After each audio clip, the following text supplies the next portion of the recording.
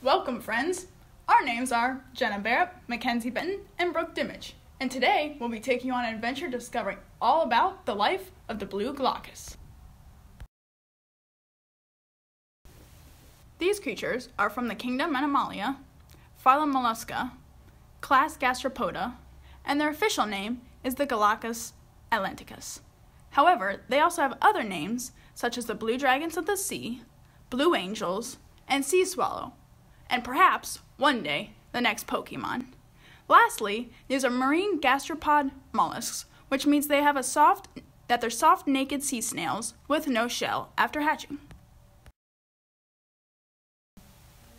These creatures prefer shallow waters that maintain a balance between algae and coral and are found in tropical waters on the coast of South Africa, Australia, and Mozambique. Don't worry, we don't know where that is either. Moving on to the life cycle of the blue Glaucus, it all begins with gestation, where the mother lays her strings of eggs. Once the eggs hatch, growth will begin. This process of growth will continue until they are fully able to hunt and mate on their own.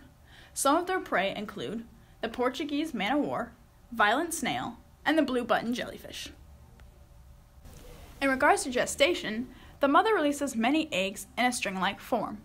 These egg strings will then either float in the water or attach to the remains of their prey. So not only do they kill and steal from their prey, but they also lay their young on them. So much for a proper burial. After birth and into their early life, larvae hatch from eggs and start to gather poison. This poison is known as pneumocytes, which are poisonous organs that are stored in sacs called cnidosacs. These sacs are then located in the end of their limbs and will enable the release of poison from their fingertips when attacking. This signifies them entering into adulthood.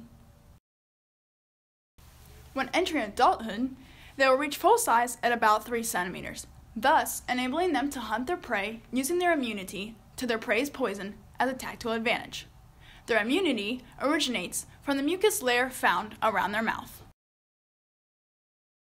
These creatures have unique feeding habits. They are carnivorous.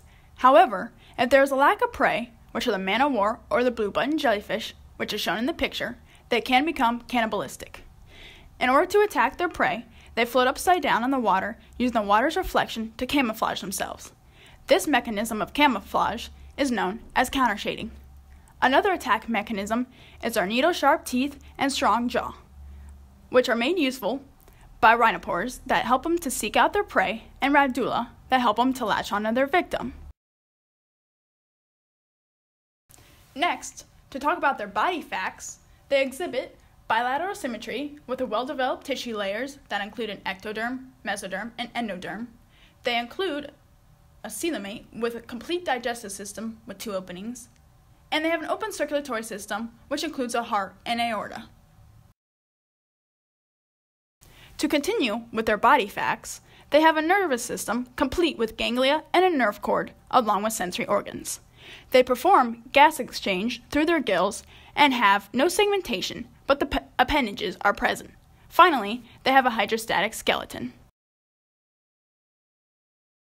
These creatures have an interesting reproductive process, which includes them being a hermaphrodite, where all blue Glaucus have sperm and eggs.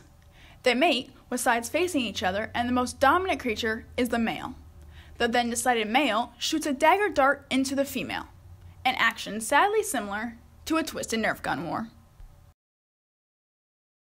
This is an endangered species. They are threatened by ocean acidification, pollution, and contact with people. So opposed to what is shown in the picture, do not touch. You will face the consequences and become their next victim. Safety first, my friends! That's all, folks, and just remember, don't catch 'em all.